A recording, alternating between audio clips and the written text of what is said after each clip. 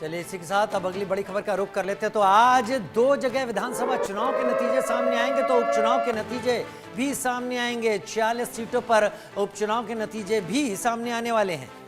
यानी जिस तरीके से यहाँ पर उपचुनावों को लेकर चर्चा रही या गहमागहमी रही, सबसे ज्यादा चर्चाओं में यूपी की 9 सीटें रही, तो रिजल्ट का इंतजार सभी को है। 2 लोकसभा सीटों पर भी नतीजे आज ही आ जाएंगे। इसमें रिजल्ट का इंतजार करने में प्रियंका गांधी की सीट भी रहेगी, यानी कि प्रियंका गांधी जो वायनाड से चुनाव लड़ी हैं उपचुनाव में, प्रियंका गांधी पर जनता भरोसा दिखाती है या नहीं, या यहाँ बाजी पलट जाएगी, देखना बड़ा दिलचस्प होगा। और यूपी की 9 सीटें जो हॉट सीट की तरह लगातार पिछले कुछ दिन में सुर्खियों में रही, खूब जुबानी तीर भी चले।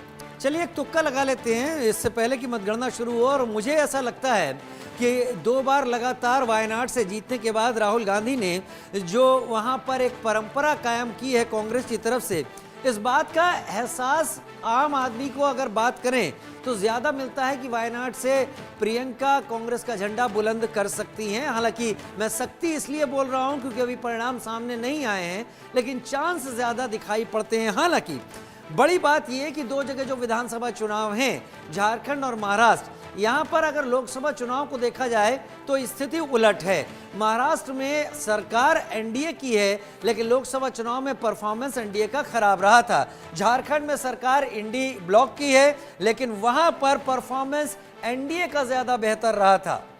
अब जिस तरीके के समीकरण अभी बनते हुए नजर आ रहे हैं, तो विधानसभा चुनावों पर भी और इन उपचुनावों पर भी नजर इंडिया न्यूज की बनी हुई है, और दिन भर बड़ी कवरेज भी आप देखेंगे। इंडिया न्यूज रिपोर्टर्स चप्पे चप्पे पर मौजूद हैं, जो पल पल का अपडेट हमारे दर्शकों तक पहुंचाने के लिए तैयार हैं। झारखंड से नितेश मिश्रा मेरे साथ में जुड़ गए हैं, डेरेल मिरांडा मुंबई से जुड़े हुए हैं, मोहम्मद शबाब लखनऊ से जुड़े हुए हैं। रितेश, सबसे पहले आपका रुख करते हुए, जिस तरीके से झारखंड के समीकरण अभी बने हुए हैं, क्या गहमागहमी है, साथ ही साथ आ चुकी काउंटिंग का दिन भी है, सेफ्टी सिक्योरिटी के इंतजाम क्या और लोगों के कयास क्या होगा इस बार? अब बिल्कुल सबसे पहले तो मैं बात बता दूं कि रांची में ठंड बढ़ गई है, लेकिन ठंड बढ़ गई है, नेताओं के पसीने छूट रहे हैं, क्योंकि किसी को कुछ समझ में आ ही नहीं रहा है। जिस तरह से हालात हम झारखंड में देख रहे हैं, सबसे पहले सिक्योरिटी की बात कर ले रहे हैं, तो रांची समेत राज्य के अलग अलग सेंटर्स पर काउंटिंग सेंटर्स बनाए गए हैं और वहां पर बड़ी तादाद में सुरक्षा बलों की तैनाती की गई है। इसके अलावा इलेक्शन कमीशन ने सभी पॉलिटिकल पार्टियों को दिशा निर्देश भी जारी कर दिया है। तो काउंटिंग बस शुरू होने वाली है, 8 बजे शुरू होगी और 9 बजे पहला रुझान आ जाएगा।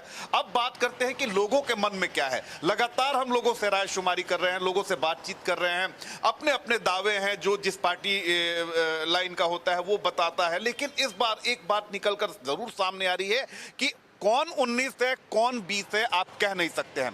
पहले फेज का जब चुनाव संपन्न हुआ तो उस समय लगा कि बीजेपी बाजी मार जाएगी, उस तरह से राज्य में माहौल बना। लेकिन दूसरे फेज की जब वोटिंग हुई है उसके बाद एक बार फिर से जो माहौल है वो जेएमएम के पक्ष में जाता हुआ दिखाई दे रहा है। एग्जिट पोल्स की भी बात करें तो स्पष्ट तौर पर कुछ भी निकलकर सामने नहीं आ पा रहा है। आप देखिए कि 50-50 वाली बात है, तो धरातल पर भी हम जो चीजें देख रहे हैं वहां पर 50-50 ही चल रहा है। कहीं पर महागठबंधन जो है वो भारी दिख रहा है, कहीं पर एनडीए भारी दिख रही है। और इस बार इतने सारे मुद्दे थे कि जिन मुद्दों को लेकर जनता भी जो है वो भी कंफ्यूजन वाली स्थिति में है। लेकिन एक बात मैंने देखा है, मैंने गौर किया है, जो इलेक्शन कमीशन की रिपोर्ट आई है, आप देखिए कि झारखंड में जब से राज्य का गठन हुआ है सबसे ज्यादा 68% मतदान हुआ है। हालांकि अब इसको बीजेपी के जो लोग हैं वो कह रहे हैं कि एंटी इनकम्बेंसी जब होता है तब इस तरह से मतदान होता है।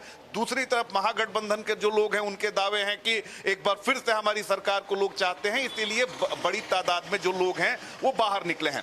लेकिन सबसे ज्यादा इस बार महिलाओं ने अपने मताधिकार का इस्तेमाल किया है, पुरुषों पर उन्होंने बाजी मारी है। और जिस सरकार ने, जिस एजेंडे ने महिलाओं का दिल जीता होगा, यानी महिलाओं का जिसे आशीर्वाद इस बार झारखंड में मिलेगा, सरकार उसी की आएगी। और इसमें जेएमएम का पलड़ा इसलिए भारी दिख रहा है क्योंकि मैया सम्मान योजना एक ऐसी योजना जिसने सभी जाति धर्म की महिलाओं को आकर्षित किया है। महिलाएं सशक्त हुई हैं, 1-1 हजार रुपए उन्हें महीना में मिल रहा है और उसके बाद उन्हें ये उम्मीद है कि एक बार फिर से अगर हेमंत सोरेन वापस आते हैं तो उन्हें 2100 रुपए बाकायदा मैया सम्मान योजना के तहत उन्हें मिलेगा।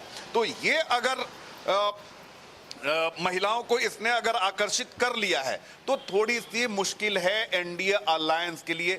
बाकी अगर बात करें तो रितेश, माफ कीजिएगा रितेश, पहली बात तो जितने ये भी इलाके रितेश हैं, कि जैसे आपने कहा कि रांची में ठंड बढ़ गई है, लेकिन आप शर्ट पहनकर खड़े हुए हैं, लगता है राजनीतिक गर्मी आपको ज्यादा महसूस हो रही है। खैर, जेएमएम की तरफ से एक बात कही गई है कि जो मतगणना केंद्र हैं उसके आसपास 2 किलोमीटर तक इंटरनेट प्रतिबंधित कर दिया जाए, क्योंकि इलेक्ट्रॉनिक डिवाइस लेकर बीजेपी के लोग वहां पर बैठे हुए हैं। क्या ये वाकई सच खबर है और इस तरीके का अंदेशा जता रहे हैं? और क्या इलेक्शन कमीशन का कोई रिएक्शन आया? क्योंकि वो पहले भी कह चुकी है कि आके खुद चेक कर लीजिए आप ईवीएम को, इस तरीके के संकेत देने की जरूरत नहीं है।